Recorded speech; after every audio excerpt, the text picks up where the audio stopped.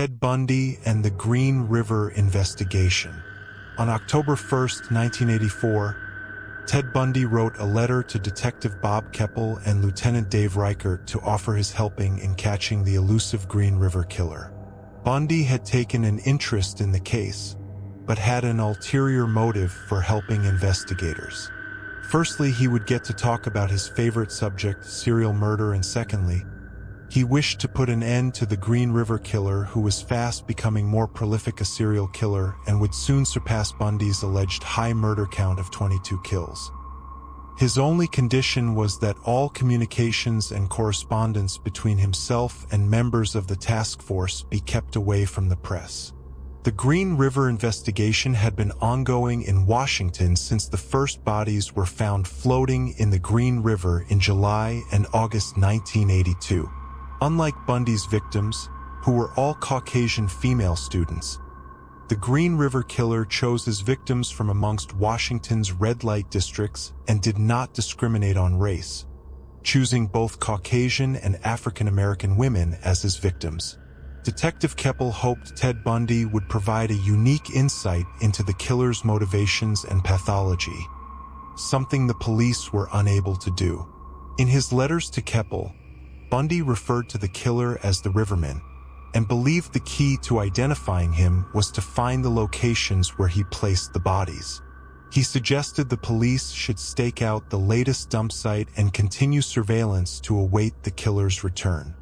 Bundy also believed the killer had an invested knowledge of the lifestyle of his victims, and was involved in the red light scene, making it easier for his to move amongst them. The Riverman was probably a long-time user of prostitutes, and saw them as trash that he was cleaning up.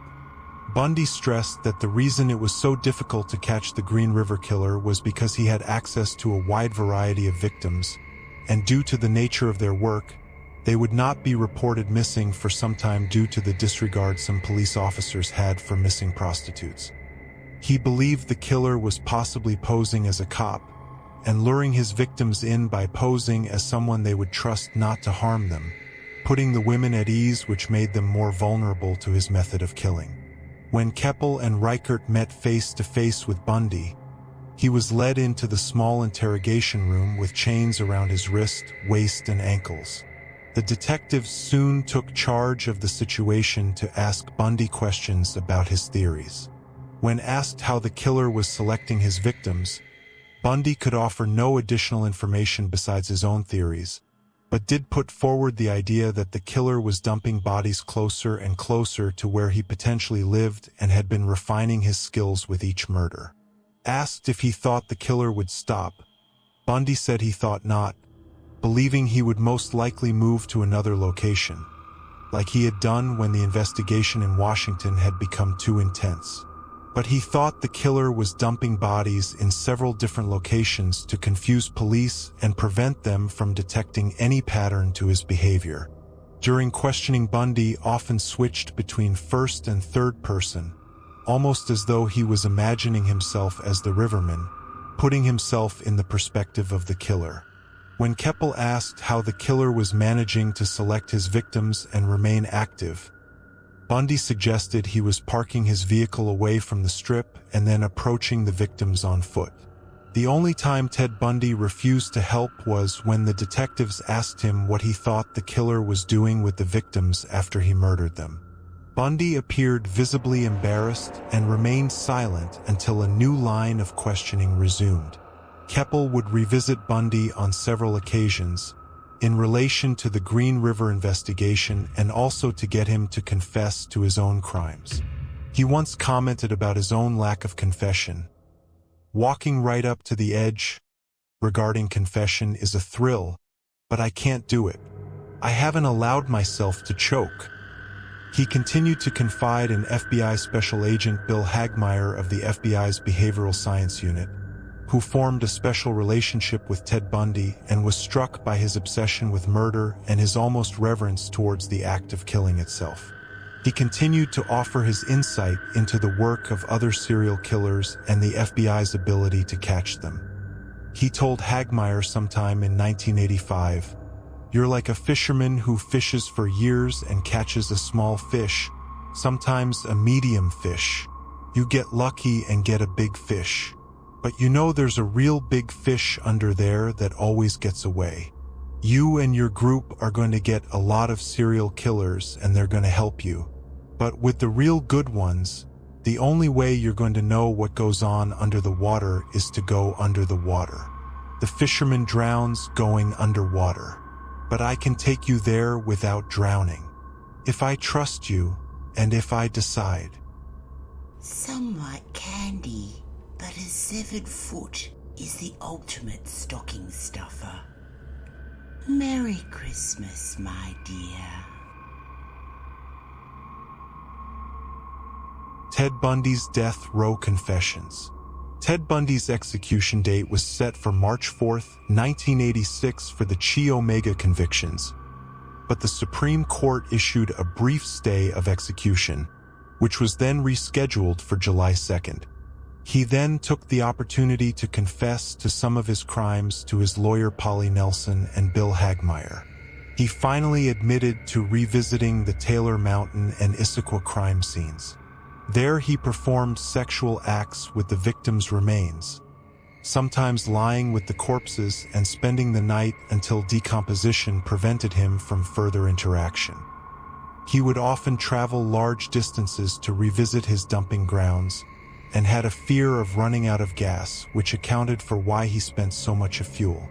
In some of the more shocking revelations he revealed about the murders, Bundy described how he beheaded at least a dozen of the corpses with a hacksaw, keeping the heads in his house where he shampooed the hair and applied makeup to more than one's victim to fulfill his fantasies. He would later confirm this to Hagmaier.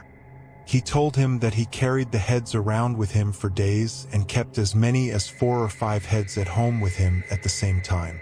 He also speculated for Hagmaier and Bob Keppel that he later burned Donna Manson's skull on his girlfriend's fireplace, something he found extremely risky because it was during the summertime and Liz questioned why he had the fire on during a hot day.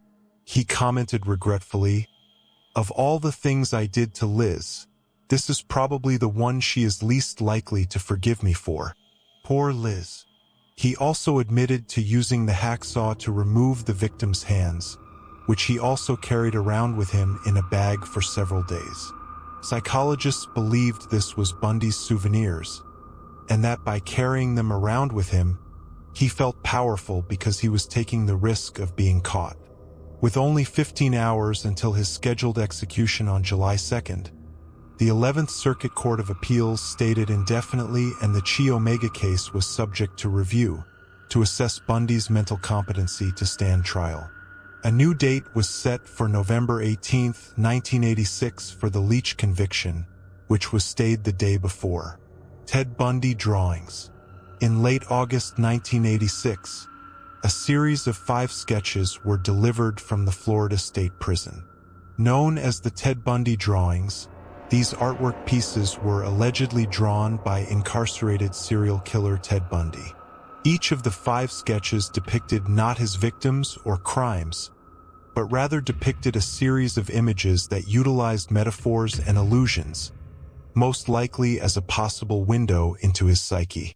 The drawing referred to as Big Fish is different to its counterparts, in that it seemed to lack any sort of connection with Bundy.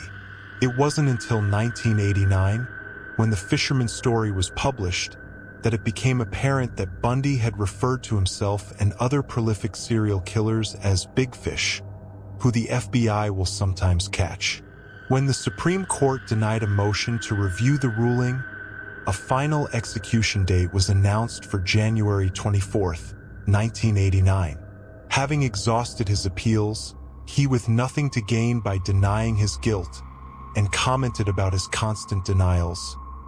"Sitting there in a cell, I could convince myself that I was not guilty of anything." He then agreed to talk about his crimes. By agreeing to confess to the murders and reveal the whereabouts of the remains of the missing women, Bundy had hoped to request the families of the Utah and Colorado victims to petition the governor of Florida, Bob Martinez, for a postponement to give him time to reveal more about what knew. But the families refused. They already knew Bundy was responsible for the deaths of their loved ones, and they now sought justice for those he murdered. Governor Martinez refused to delay the execution and found the idea of Bundy negotiating for his life over the location of his victims utterly deplorable. In the last few days of his life, Ted Bundy still refused to show remorse for the lives of his victims and continued to wallow in self-pity for his own. He burst into tears when talking with Bon Keppel, begging for 90 days, a few months. At some point earlier, there had been a similar plea with Bill Hagmaier, and with tears in his eyes, he said, they want to kill me. He was surprised. In his last meeting with Bob Keppel and Bill Hagmaier on January 22, 1989, Ted Bundy decided to reveal how many women he had murdered, telling Hagmaier, "Remember the fisherman? Well, we're going under the water right now." He revealed the number of women he murdered in Washington was 11, with one of those remaining unidentified, 2 in Oregon, both of which were unidentified, 2 in Idaho, with one being unidentified, 8 in Utah, 3 of those being unidentified, 3 in Colorado, 1 unidentified in California, and finally the 3 known victims in Florida. This meant he was confessing to the murders of 30 women throughout America between 1974 and 1978. But there were numerous times when he had hinted at beginning his murder spree much earlier, possibly as early as 1972, but there was little evidence to support his claims. Another time he admitted that his first murder occurred in May 1973, and the victim was an unidentified hitchhiker whom Bundy picked up near Olympia, Washington.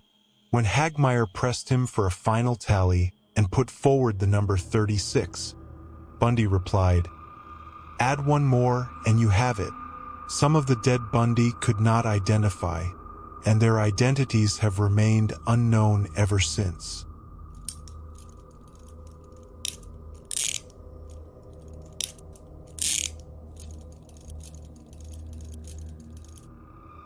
A list of Ted Bundy's victims. Below is a list of the known victims of serial killer Ted Bundy, who were kidnapped and murdered from the states of Washington, Utah, Idaho, Colorado, and Florida.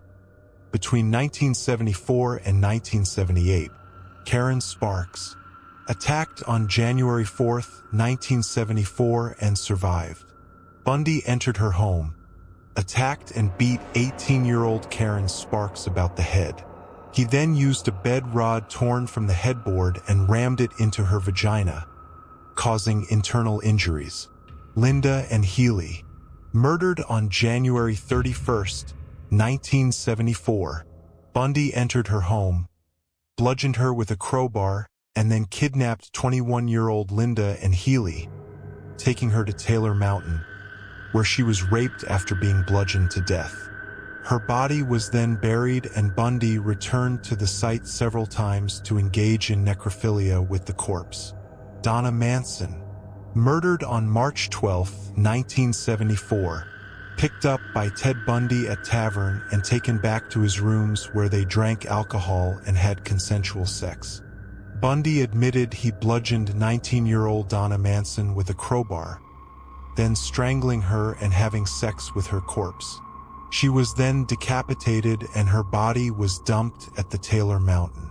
Susan Rancourt, murdered on April 17, 1974, kidnapped by Ted Bundy as she walking across Central Washington State College lawns around 10:30 p.m. Bundy used his handicap routine to lure 20-year-old Susan Rancourt to his Volkswagen, taken to Taylor Mountain where she was bludgeoned, strangled, and raped post-mortem. Decapitated after death, her head was kept by Bundy along with others of his victims. Roberta Parks, murdered on May 6, 1974, kidnapped by Ted Bundy as she walked to another dorm hall in Corvallis, Oregon. 20-year-old Roberta Parks was likely lured by Bundy's handicap ruse, attacked and driven to Taylor Mountain, where she was strangled, raped post-mortem, and decapitated. Brenda Ball, murdered on May 31, 1974. 22-year-old Brenda Ball accepted a ride from Ted Bundy in his Volkswagen and taken to his house where the two drank and had consensual sex. After she passed out from the alcohol, he strangled her to death. He alleged to removing the heads and hands of some victims before burying the remains on Taylor Mountain. Georgianne Hawkins, murdered on June 11, 1974. Ted Bundy encountered 18-year-old Georgianne Hawkins just outside her dorm and used his handicap ruse to get her inside his Volkswagen. Knocked unconscious, she was kidnapped and then strangled when she woke. Taken to Issaquah, she was raped, after which Bundy severed her head and buried it in the woods. Janice Ott, murdered on July 14, 1974. 23-year-old Janice Ott was approached by the man with him armed in a sling at Lake Sammamish State Park. Agreeing to help the man, Ott was last seen walking away. Taken to a nearby house, Bundy raped her before returned to abduct a second woman. Both were then killed and their bodies buried. Denise Naslund, murdered on July 14, 1974. After Janice Ott was kidnapped, 19-year-old Denise Naslund encountered Ted Bundy near the restrooms at Lake Sammamish State Park. Taken to a nearby house, she raped in view of Ott before both women were killed and buried. Nancy Wilcox, murdered on October 2, 1974.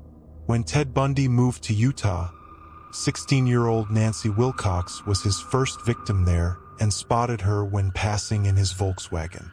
Running up behind her, he threatened her with a knife. When she began to scream, he placed his hands around her neck and throttled her into unconsciousness, then raped her before hiding the body and later returning to bury it. Melissa Smith, murdered on October 18, 1974. The daughter of Midvale's police chief, 17-year-old Melissa Smith encountered Ted Bundy and disappeared. When her body was found, she had been raped and sodomized before her skull was fractured by an instrument similar to a crowbar. Bundy had also washed Smith's hair and applied makeup to her corpse.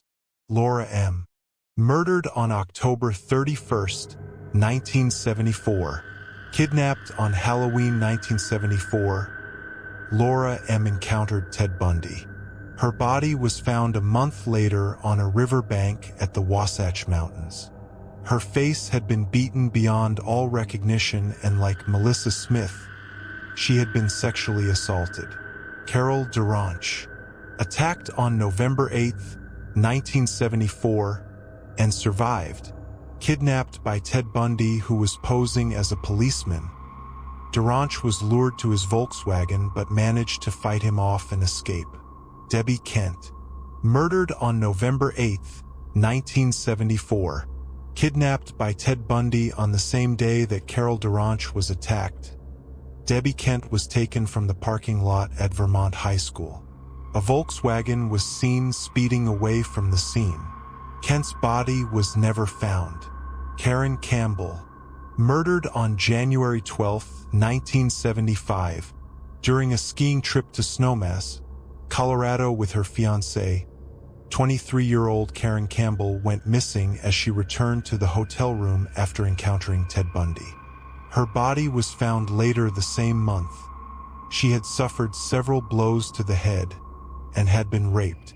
Julie Cunningham, murdered on March 15, 1975. 26-year-old Julie Cunningham went missing on her way to a nearby tavern in Vail, Colorado.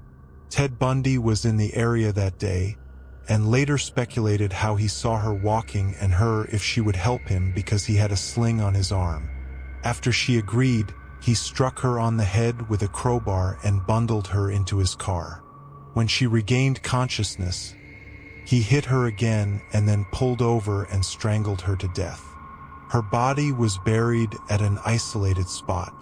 Denise Oliverson, murdered on April 6, 1975.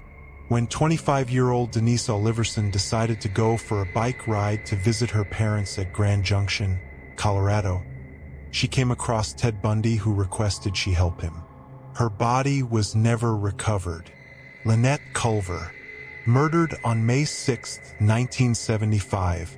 13-year-old Lynette Culver went missing from a school playground at Alameda Junior High School at Pocatello, Idaho. She had been lured by Ted Bundy to his Volkswagen and kidnapped.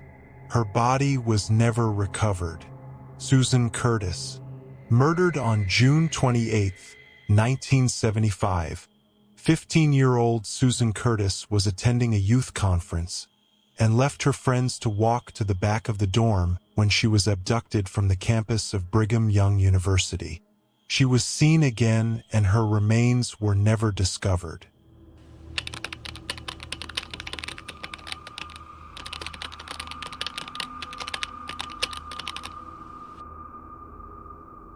Margaret Bowman, murdered on January 15, 1978. After escaping from prison a second time, Ted Bundy journeyed to Florida and there broke into the Chi Omega sorority house where he attacked several of the female residents. He bludgeoned 21-year-old Margaret Bowman with a piece of oak firewood and then strangled her with a stocking. Lisa Levy, murdered on January 15, 1978. After killing Margaret Bowman, Ted Bundy attacked 20-year-old Lisa Levy, beating her into unconscious. One of her nipples was torn off. She was bitten on the buttocks, then sexually assaulted with a Clariol hairspray bottle and strangled with a stocking. Karen Chandler, attacked on January 15, 1978, and survived. After attacking Lisa Levy, Ted Bundy went into the room of 20-year-old Kathy Kleiner, breaking her jawbone and lacerating her shoulder. She was severely injured but survived. Kathy Kleiner, attacked on January 15, 1978, and survived. In the same room as Karen Chandler, 21-year-old Karen Chandler was struck by Bundy, suffering a concussion, lost several teeth because her jaw had been broken in 3 places. Despite these injuries, she managed to survive.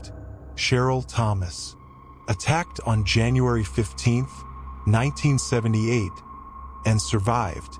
After leaving the Chi Omega sorority house, Ted Bundy went to a basement apartment 8 blocks away and there attacked 21-year-old Cheryl Thomas.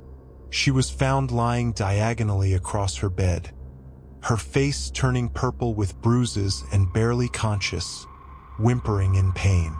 She had been beaten across the head and suffered a broken jaw and dislocated shoulder, whilst her skull was fractured in 5 places. Kimberly Leach, murdered on February 8, 1978. When 12-year-old Kimberly Leach left one building of her school to go to another where she retrieved her purse during first period, she disappeared at Lake City, Florida. During her journey, she was intercepted by Ted Bundy, who was seen by a witness. Her body would eventually be found 2 months later, and she had been raped before having her throat cut and her genitals mutilated with a knife. Ted Bundy's execution. Ted Bundy and Old Sparky. On the evening before his scheduled execution, he was interviewed by Dr. James Dobson, founder of Focus on the Family. During the 45-minute conversation, he discussed the effects pornography addiction had on his life, and which he claimed had contributed as motivating factor towards his crimes. He attempted to contact Carol and Boone, who had bore him his only child, but she refused to accept his call after his betrayal of her trust.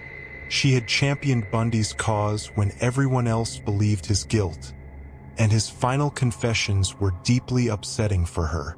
She was also hurt because Bundy had entered into an apparent relationship with his attorney, Diana Weiner, during his final years in prison.